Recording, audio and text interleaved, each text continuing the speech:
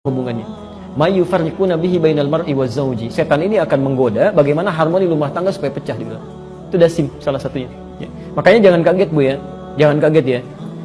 Saat pertama menikah semua indah, Ibu sudah paham semua. Tapi kalau misalnya lebih dari beberapa masa, yang jelek kan pasangannya, nggak ada yang lain. Ibu pernah nggak mengalami seperti ini? Suami mau berangkat ke kantor, ya, Masya Allah, mah kantor dulu. Ya udah, hati-hati. Suami orang ke kantor Pak, Masya Allah. Suami sendiri nggak begitu, suami orang bisa lain. Sama laki-laki juga, istrinya mau ke pasar, Pak ke pasar, ya udah, hati-hati. Istri orang ke pasar Bu, singkat ya, kayak kelihatan, tapi nyata kan? Ya, coba teman-teman yang pramugari misalnya, ya, Pak, teh atau kopi? Masya Allah, lembut sekali. Pernah nggak sama suaminya begitu? Ya, Mas, teh apa kopi? Gitu kan? Pernah nggak gitu kan? Itu nggak mudah gitu.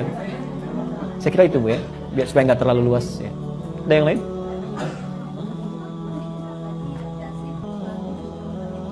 Quran surah ke-2 ayat 102. Ya. Dasim, satu menggoda rumah tangga. Kedua, dia ikut dalam makanan dan minuman yang kita akan konsumsi. Ya, tugas keduanya, dia ikut pada makanan dan minuman yang kita konsumsi. Jadi kalau ibu mau minum misal, minum ya, itu kalau ibu tidak menyebut nama Allah di dalamnya, minuman itu sebagian diminum oleh setan. Baik. Jadi saat dia, maaf ya, saat ibu misalnya minum, ibu tidak mengucapkan kalimat Allah, misal minimal Bismillah, ibu tidak mengucapkan itu, maka setan ini akan berkata pada kawannya, kita punya bagian di minuman itu. Tapi kalau anda misalnya, alhamdulillah, anda misalnya ucapkan Bismillah, dia akan berkata kita nggak punya bagian dari minuman itu. Kalau anda lupa, kemudian anda minum lupa, lalu anda ucapkan Bismillah misalnya kan, hi awwaluhu wa akhiruh, awal dan akhirnya, maka dia akan muntahkan lagi, ternyata ini bukan punya saya kan. Ya. Yang ketiga, setan ini bertugas untuk masuk pada ruang kosong. Jadi dia menunggui ruangan yang kosong yang tinggalkan. Maaf Bu ya, ini kan ada kamar-kamar di atas ya, atau di samping. Ibu saat pergi itu turun ke bawah, tinggalkan aja, itu setan masuk. Dasim masuk. Ya. Dia menunggui setiap ruang kosong. Kamar ibu tinggalkan, itu setan masuk. Boleh nggak saya teruskan dulu ya? Baik. Oke ya.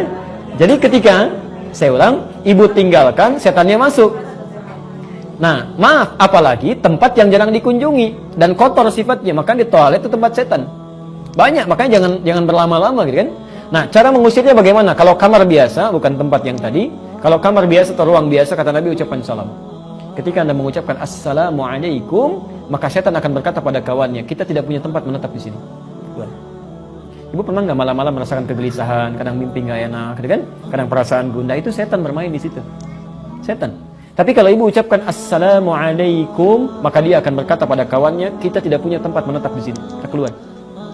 Jadi tolong biasakan ya, masuk kamar Assalamualaikum, ruangan Assalamualaikum. Ya. Ucapkan saya ulang dengan tegas. Ibu masuk kemanapun, biar ini nggak terlalu aneh sebetulnya. Ibu masuk ucapkan Assalamualaikum. Tidak dijawab normal, dijawab ya alhamdulillah gitu kan. Waalaikumsalam.